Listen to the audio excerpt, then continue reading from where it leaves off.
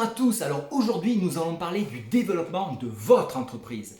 Alors on a déjà parlé de plusieurs sujets, des propositions commerciales, du digital, du langage corporel et bien sûr du pitch elevator. Maintenant il est temps d'amorcer le vrai sujet qui est le développement de votre entreprise. Alors pour bien développer votre entreprise, il faut savoir si vous êtes outbound ou inbound. Alors le outbound marketing, qu'est-ce que c'est? L'outbound marketing est une stratégie commerciale qui consiste à pousser un message publicitaire vers ses clients. Alors pour citer quelques exemples, vous avez la télévision, les publicités imprimées, les appels à froid que vous connaissez tous, les emails non sollicités et j'en passe. L'objectif consiste à faire connaître son entreprise et les produits que vous vendez. On essaie d'arroser un public le plus large possible. Et l'outbound marketing ne permet pas de cibler très précisément la clientèle. Il est bon de rappeler qu'il est coûteux, puisque envoyer des mails, ça a un certain coût, et qui, comme on arrose tout le monde, est pas forcément très efficace. Alors vous l'aurez compris, il y a bien sûr une nouvelle méthode qui s'appelle l'inbound marketing. Alors qu'est-ce que c'est exactement ?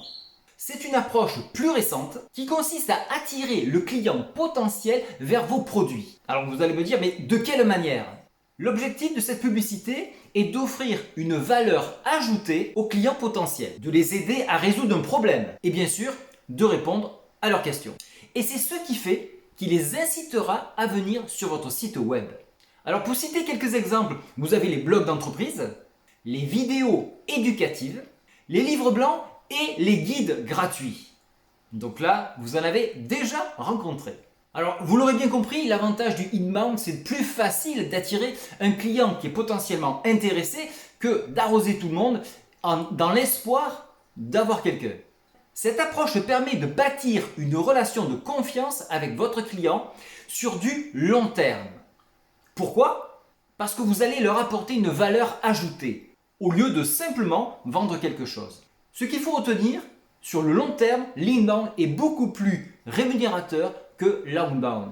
Donc, privilégiez cette stratégie, bien que vous pouvez panacher un petit peu les deux.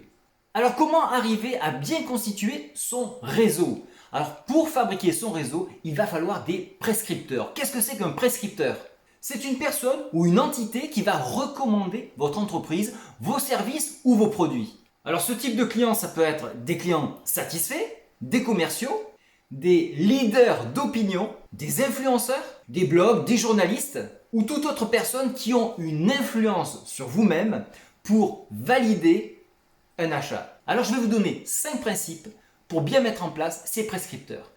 Donc première étape, identifier ces personnes qui parlent de vos produits. En bien sûr. Il va falloir également les définir. La deuxième étape consiste à classer ces prescripteurs. Il va falloir définir qui sont les plus pertinents et les plus influents. Troisième étape, établir des relations avec ces personnes de façon à entretenir des liens amicaux en les remerciant, en leur offrant des avantages et en les récompensant pour leur fidélité.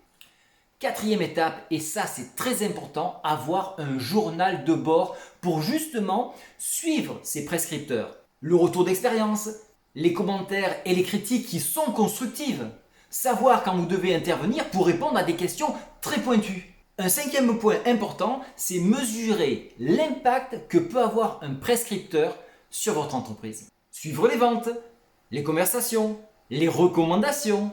Vous l'aurez bien compris, qui est le plus influent pour valider un achat. Il va falloir être proactif avec ce journal de bord, car c'est lui qui va vous rapporter les clients.